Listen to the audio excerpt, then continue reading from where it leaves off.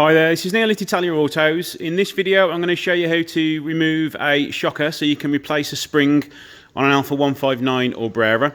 It's very common with these 159s for the rear shockers to break, especially on TIs, which this model is. It's only broken just round the back there, if you can just see the corner of it just sticking up there. But what it is doing, it's making the spring start to slip off the shocker, and it's making a lot of noise as you're driving along. So what I'm going to be doing is removing it, sticking a brand new TI spring on it, and hopefully it will cure all the knocking at the rear end. These are quite difficult to change, mainly because you get seized bolts. The bolt seize in the bushes, the bolts rust on, so it can be quite difficult. The first ones I'm going to remove. There's 4 bolts at the top. There's one holding the shocker in at the bottom, but unfortunately it's not that easy. There is another bolt inside the shocker. And then we do need to remove some bolts from the arm, so the arm can lower down and you can pull the shocker out, because there's not enough room just to pull it out as it is.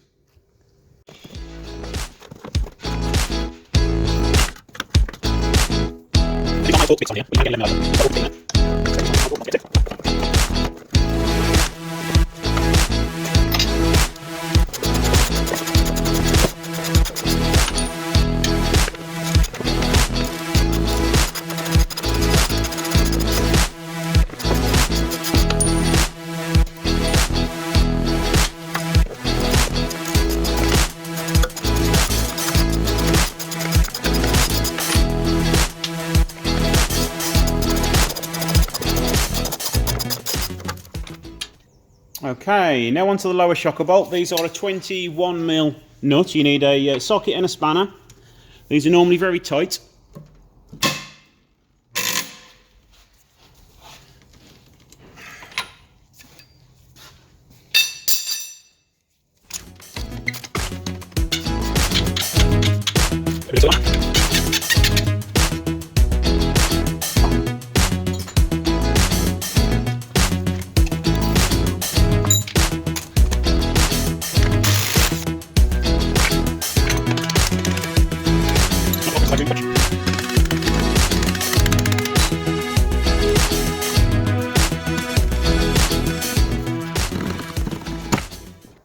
We now need to remove this rear panel so we can get underneath it and remove the bolt for the top of the shocker.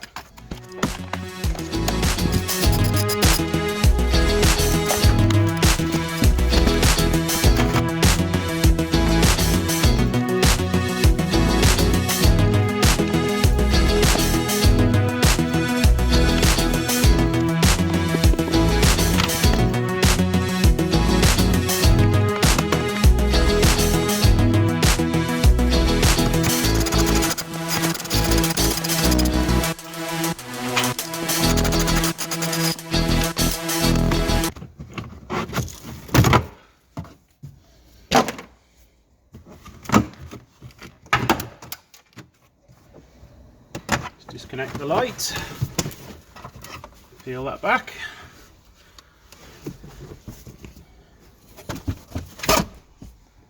As you can see, just in there is the bolt you need to undo.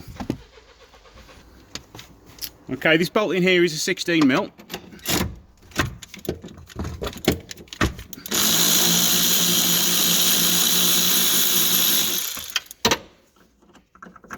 Pull the mount off as well and keep that separate so you don't lose it anywhere. And now back to put the car in the air so we can remove the shocker. Okay, what I've done is I've put a pry bar behind here just to show you that you need to remove some more bolts before you can get it out. This is quite a long metal bar and it's not quite bringing it down enough. So what I'm going to do is remove the anti-roll bar link here and see if that will then give me enough room to manoeuvre it out.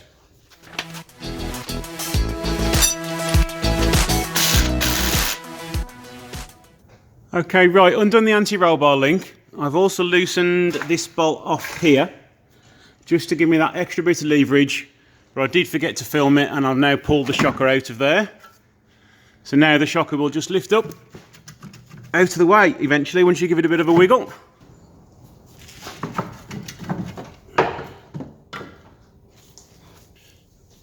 And there you go, that's one shocker removed, and now you can see the brake a little bit more clearly just there. So let's get this spring swapped over. Okay, we've now got the new spring on. It's all ready to remount. I have undone one more bolt because I was struggling to get the leverage, so I've undone this nut here, and then the arm lowers right the way down.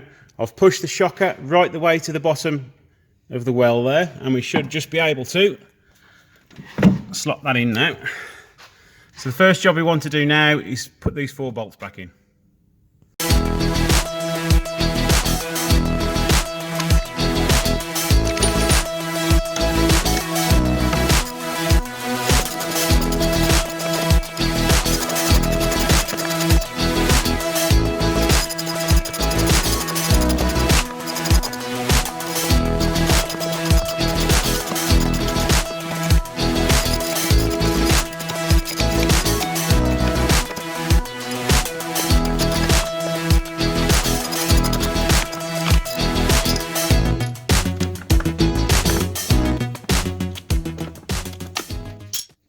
Okay, now let's put this bottom bolt back through the shocker.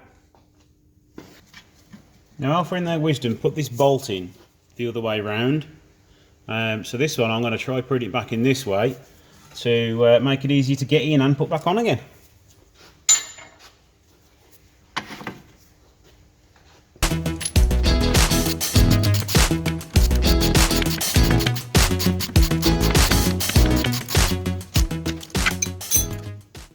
Okay, what I've done here, I've just put my gearbox jack underneath this to get the load on the suspension before I tighten anything up.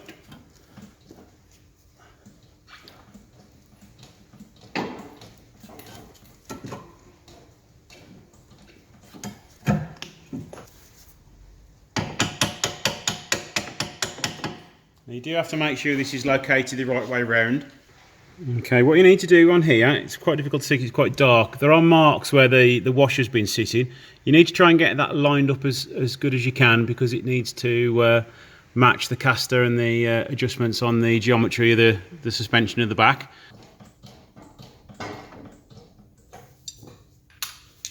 So there you go, I've loaded up the suspension so you can now tighten things up.